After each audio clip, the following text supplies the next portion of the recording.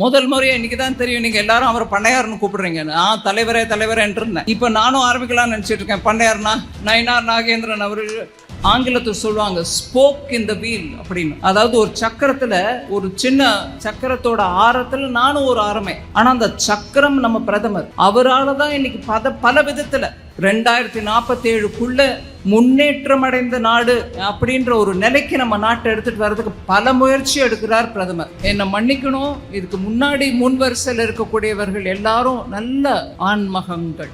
ஆனால் ஒரு பெண் அங்கிருந்து இங்கே இருந்திருக்கணும். அவங்களால் தான் இன்னைக்கு இந்த தொழில் இவ்வளோ தூரம் வந்துட்டு இருக்கு.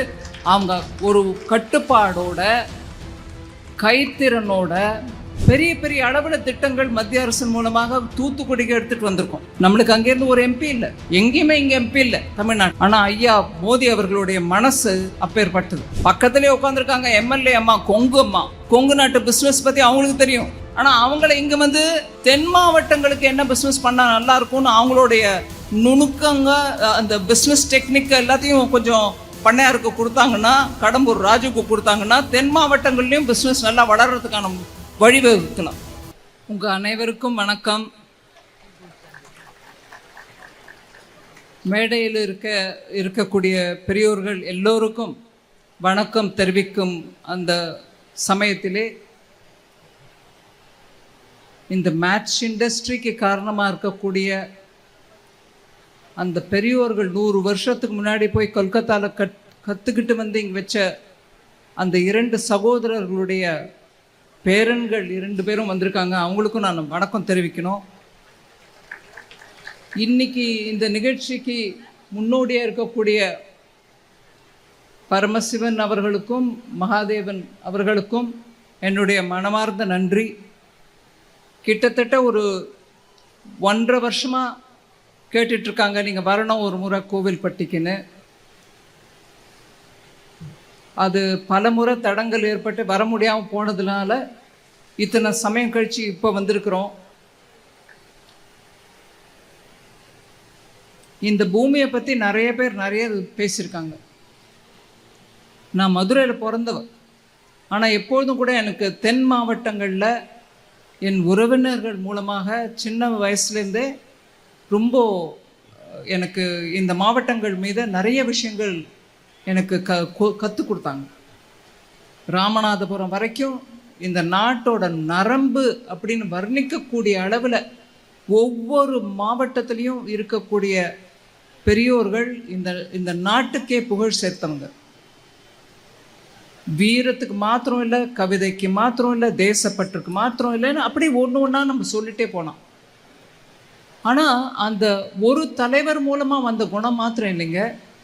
இன்றைக்கி ஒவ்வொரு குடும்பத்தில் இருக்கக்கூடிய பெண்கள் அவங்கக்குள்ளே வச்சுக்கிட்டு இவ்வளவு மழை இல்லாத, வானம் பார்த்த வறட்சி பூமியாக இருந்தாலும் தன் கை தொழிலால் இந்த பகுதிக்கு ஒரு வாழ்வு அளிக்கக்கூடிய அந்த அளவு பெண்கள் முன்னிலையில் இருந்து நடத்தக்கூடிய ஒரு தொழில் தீப்பெட்டி தொழில். இங்கே இந்த ஃப்ரண்ட் ரோவில் வேணால் வெள்ளை சட்டை நிறைய கண்ணில் படுது. அதுக்கு பின்னாடி இருக்கக்கூடிய 4-5 வரிசையில் இருக்கக்கூடிய ஒவ்வொரு பெண்மணிக்கும் என் தலை சார்ந்த வணக்கங்கள். இப்பேற்பட்ட வறட்சி பூமியில் ஒரு விதமான மழையோ இல்லை நீர் பசியோ கிடைக்காத இந்த பூமியில் தன் வீட்டையும் காப்பாற்றிக்கிட்டு, தன் தொழிலையும் காப்பாற்றிக்கிட்டு, இந்த பூமியிலேருந்து இப்பேற்பட்ட ஒரு பெரிய தொழிலை, சிறிய தொழிலாக இருந்ததை பெரிய தொழில் அளவுக்கு ஏற்படுத்தி கொடுத்த பெருமை இந்த ஊரில் இருக்கக்கூடிய, இந்த மாவட்டங்களில் இருக்கக்கூடிய ஒவ்வொரு பெண்மணியை சார்ந்தது. என்னை மன்னிக்கணும், இதுக்கு முன்னாடி முன் வரிசையில் இருக்கக்கூடியவர்கள் எல்லாரும் நல்ல ஆண்மகங்கள். ஆனால் ஒரு பெண் அங்கேருந்து இங்கே இருந்திருக்கணும்.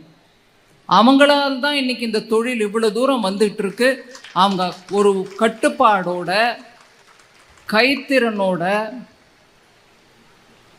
வீட்டு வேலையும் பார்த்துக்கிட்டு இந்த தொழிலை நடத்தி கொடுக்குறாங்கன்னா அவங்க தான் இந்த வண்டிக்கு சக்கரம். அந்த சக்கரம் இல்லைன்னா இந்த வண்டி நகராது. அதனால் இங்கே வந்திருக்கக்கூடிய ஒவ்வொரு பெண்மணிக்கும் நான் தலை சார்ந்த வணக்கங்களை தெரிவித்துக் கொள்கிறேன். இந்த தொழிலுக்கு காரணம் நீங்கள் தான். இந்த மாவட்டங்களில் வேற ஒரு விதமான தொழிலும் வர முடியாது.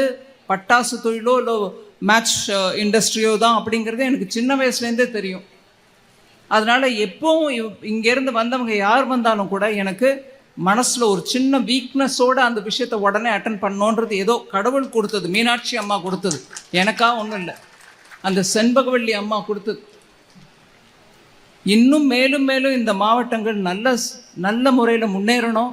அதற்கு எந்த விதமான தடையும் இல்லாமல் நான் எப்போ இந்த விஷயங்களில் பிரதமர் ஐயா கிட்ட சொல்கிறதுக்கு போனாலும் உடனே செய்ய அந்த மாவட்டங்களுக்கு நம்ம செய்ய வேண்டிய கடமை இருக்குது. நம்ம அரசு செய்ய வேண்டியது, முதற்கண் செய்ய வேண்டியது அப்படின்னு சொல்லி தான் என்ன எப்பொழுதும் எனக்கு ஆறுதல் கொடுத்து சப்போர்ட் கொடுத்து எந்த டிசிஷன் எடுத்தாலும் இந்த மாவட்டங்களுக்கு முழுமையாக நம்ம கவனம் செலுத்தி பாலிசி எடுத்துகிட்டு வரணும்னு தான் அவர் எப்பொழுதும் சொல்வார். தூத்துக்குடியில் இன்னைக்கு தேதிக்கு எவ்வளவு ப்ராஜெக்ட்ஸ் வந்திருக்கு, பெரிய பெரிய அளவில் திட்டங்கள் மத்திய அரசின் மூலமாக தூத்துக்குடிக்கு எடுத்துகிட்டு வந்திருக்கோம். நம்மளுக்கு அங்கேருந்து ஒரு எம்பி இல்லை, எங்கேயுமே இங்கே எம்பி இல்லை தமிழ்நாட்டில். ஆனால் ஐயா மோடி அவர்களுடைய மனசு அப்பேற்பட்டது. எம்பி இல்லைன்னா என்ன, அதுவும் பாரத நாட்டில் ஒரு பங்கு தான். நம்ம அங்கேயும் நல்லபடியாக செயல்படணும், அவங்களுக்கு வேணுங்கிற ப்ராஜெக்ட்ஸ் கொடுக்கத்தான் வேணும் அப்படின்னு அவரே முன்னிலையில் இருந்து நடத்தி கொடுப்பார். அதுவும் தமிழ்நாட்டை பற்றி அவங்க மனசில் ஒரு அரிதான ஒரு மதிப்பும் மரியாதையும் எப்பொழுது இருந்திருக்கு. அதனால் அதை நான் திருப்பி எல்லாரும் சொன்னதை சொல்ல விரும்பலை. அவர் எங்கே போனாலும் திருக்குறளை எடுத்து சொல்வார், ஐக்கிய நாட்டு சபையில் கூட பேசினார், தமிழ் மொழியோட பாரம்பரியமும் அதோட பண்பாடும் எடுத்து சொல்கிறதுக்கு தயங்கவே மாட்டார் பிரதமர்.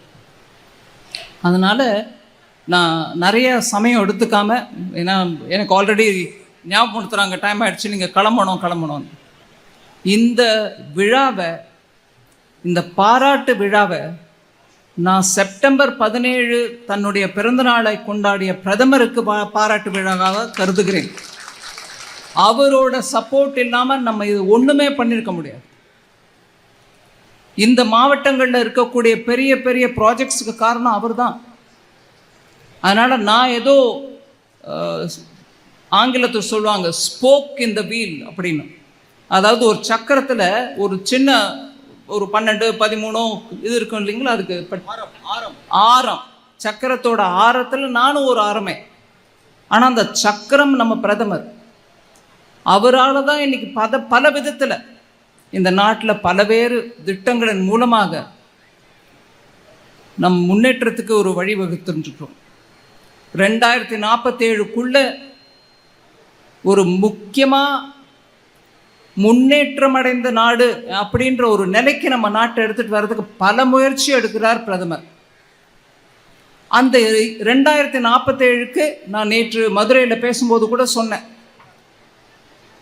ஃபுட் கிரெயின் மர்ச்சன்ட்ஸ் அசோசியேஷன், அதாவது உண்பொருள்களுக்கு தொழிலாக இருக்கக்கூடிய சங்கத்தோட பேச்சு நடத்திட்டு இருக்கும்போது அங்கே பேசினோம்.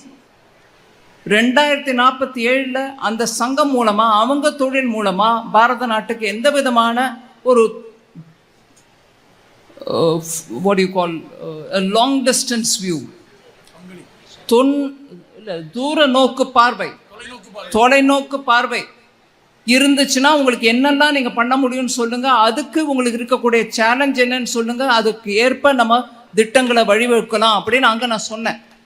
அதை விட முக்கியமாக நான் இங்கே சொல்கிறது என்னன்னா, 2047க்குள்ள இந்த பட்டாசு தொழிலோ இல்லை மேட்ச் இண்டஸ்ட்ரியோ எந்த விதத்தில் நம்ம நாட்டு தொழிலுக்கு, வர்த்தகத்துக்கு, நம்ம எக்கானமிக்கு, பொருளாதாரத்துக்கு எந்த விதத்தில் நீங்கள் கான்ட்ரிபியூட் பண்ண முடியும் அப்படிங்கிறத நீங்களே ஒரு வழிவகுத்து ஒரு திட்டத்தை போட்டு அதை கொடுத்தீங்கன்னா அதுக்கு ஏற்ற விதமாக நம்ம என்னெல்லாம் திட்டம் மத்திய அரசின் மூலமாக எடுத்துகிட்டு வர முடியுமோ அதை எடுத்துகிட்டு வரதுக்கான முயற்சி முழுமையாக நான் ஈடுபட விரும்புகிறேன். இந்த மாவட்டங்கள் முன்னேற்றம் அடைய உங்களுடைய ஒரு தொலைநோக்கு பார்வை, vision with in a document எனக்கு கொடுங்க. அது மக்கள் நீங்கள் எல்லாரும் சேர்ந்து உட்காந்து திட்டத்தை யோசித்து கொடுத்தீங்கன்னா எல்லாருக்கும் உதவும் வகையில் நம்ம ஒரு திட்டம் எடுத்துகிட்டு வர முடியும். இன்றைக்கி 100 வருஷமாக வாழ்கிற அந்த மேட்ச் இண்டஸ்ட்ரி நல்லா இருக்கணும், இன்னொரு 200 வருஷத்துக்கு நீங்கள் நல்லா இருக்கிறதுக்கு என்னெல்லாம் திட்டம் போடணுமோ அதை யோசிச்சு எனக்கு சொன்னீங்கன்னா ரொம்ப உபயோகமாக இருக்கும். இந்த தருணத்தில் நான் கடம்பூர் ராஜு அவர்கள் பற்றி சொன்னாங்க எல்லாரும்.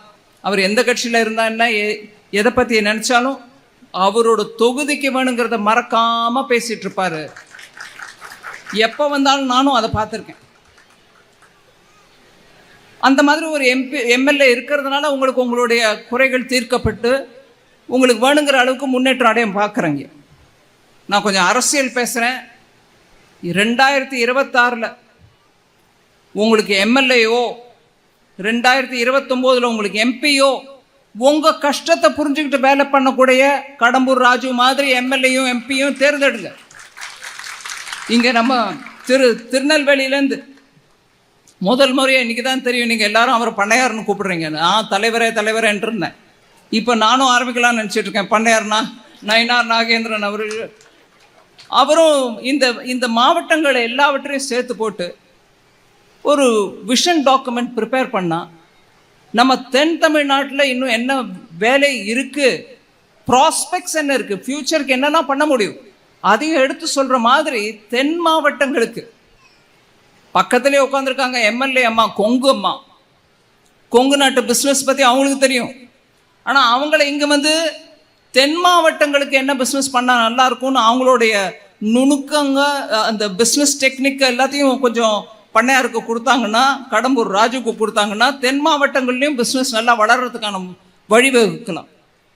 இங்கே எத்தனையோ மக்களில் அந்த முன்னுக்கு வரணும், நம்மளும் தொழில் நல்லா செய்யணும், நாணயமாக செய்யணும், இந்த இடம்னா வர்த்தகத்துக்கு பேர் போனது அப்படின்னு எத்தனையோ நல் பேர் சம்பாதிச்சிருக்கிற அந்த ஏரியாவில் அடுத்து 20 வருஷம் 22 வருஷத்துக்குள்ள 2047 முன்ன நல்ல முயற்சி நல்ல திட்டங்கள் மூலமாக இந்த மாவட்டங்கள் எல்லாத்தையும் முன்னுக்கு எடுத்துகிட்டு வரணும். அதுக்கான முயற்சியில் நம்ம எல்லாரும் ஈடுபடுவோம். நான் என்னையும் சேர்த்துக்கிட்டு தான் சொல்கிறேன். இந்த மாவட்டங்களுக்கு நல்ல முன்னேற்றம் அடையிறதுக்கு நம்ம எல்லாரும் சேர்த்து ஒத்துழைச்சு 2047 இந்த மாவட்டங்கள் முன்னேற்றம் அடைந்த மாவட்டம் அப்படின்ற பேர் வரவழைக்கிறதுக்கு நம்ம எல்லாரும் முயற்சி பண்ணோம். நான் ஜிஎஸ்டியை பற்றி நிறைய பேசணும்னு நினச்சேன். இப்போ டைம் இல்லை, அதனால் நான் அதோடு நிறுத்திக்கிறேன். இந்த முறை ஜிஎஸ்டி சீர்திருத்தங்கள் நேற்றுக்கு பேசும்போது ப்ரொஃபஸர் ஸ்ரீனிவாசன் அவர்கள் சொன்னார், இது சீர்திருத்தம், அதாவது ரிஃபார்ம் இல்லை, இது ரெவல்யூஷன் அப்படின்னார். அந்த அளவில் ஒரு பெரிய மாற்றத்தை எடுத்துகிட்டு வந்திருக்கோம். 375 பொருட்களில் ரேட்டு குறைஞ்சிருக்கு. 1% குறைச்சோமா, 2% குறைச்சோமா, இல்லை 10% குறைச்சிருக்கோம். 28 கொடுக்க வேண்டிய இடத்துல 18, 12 கொடுக்க வேண்டிய இடத்துல 5. அதனால் நல்ல விலை இறக்கம் ஒவ்வொரு பொருளுக்கும் இன்னி 22ஆம் தேதியிலேருந்து கிடைக்கும். அதில் மக்கள் நீங்கள் எல்லாரும் கூட சேர்ந்து மத்திய அரசின் மூலமாக வரி குறைப்பு கிடச்சிருக்கு. அதில் ஜிஎஸ்டி கவுன்சிலர் இருந்த எல்லா மினிஸ்டரும் சேர்த்து ஒத்துழைச்சு அந்த ஜிஎஸ்டி ரிடக்ஷனை மக்களுக்கு சேர்ப்பிக்கிறதுக்கான முயற்சி நடந்துகிட்ருக்கு. நீங்கள் எல்லாரும் அதில் பங்கேற்று மக்கள் எல்லாரும் அதில் வரக்கூடிய ஆதாயம், அதாவது ஜிஎஸ்டி, ஹிந்தியில் ஜிஎஸ்டி பச்சத் அப்படின்னு ஒரு ஸ்கீம் ஒரு பேர் கொடுத்து நடத்துகிறாங்க. ஜிஎஸ்டி சேமிப்பு அப்படிங்கிறது தான் அது. ஜிஎஸ்டி வரி குறைப்பால் வரக்கூடிய சேமிப்பு உங்கள் கையில் மிஞ்சிற பணம், அதை உங்கள் குடும்ப நலனுக்கு உபயோகிச்சுக்கோங்க, சேமிப்பாக வச்சுக்கோங்க. இல்லை 22ஆம் தேதியிலேருந்து அதை வேறு விதமாக உபயோகிக்கிறதுக்கு நீங்கள் எல்லாரும் அதில் கலந்து கொண்டு இந்த ஜிஎஸ்டி ரிஃபார்ம், இந்த ரெவல்யூஷனை மோடி ஐயா நம்மளுக்கு கொடுத்த தீபாவளி பரிசாக எடுத்துக்கிட்டு நம்ம நாட்டு முன்னேற்றத்துக்கு எல்லாரும் வழிவகுக்கணும் அப்படின்ற ஒரு வேண்டுதலுடன் எனக்கு இந்த வாய்ப்பு அளித்ததுக்கு ரொம்ப நன்றி. எல்லாருக்கும் மிக்க நன்றி.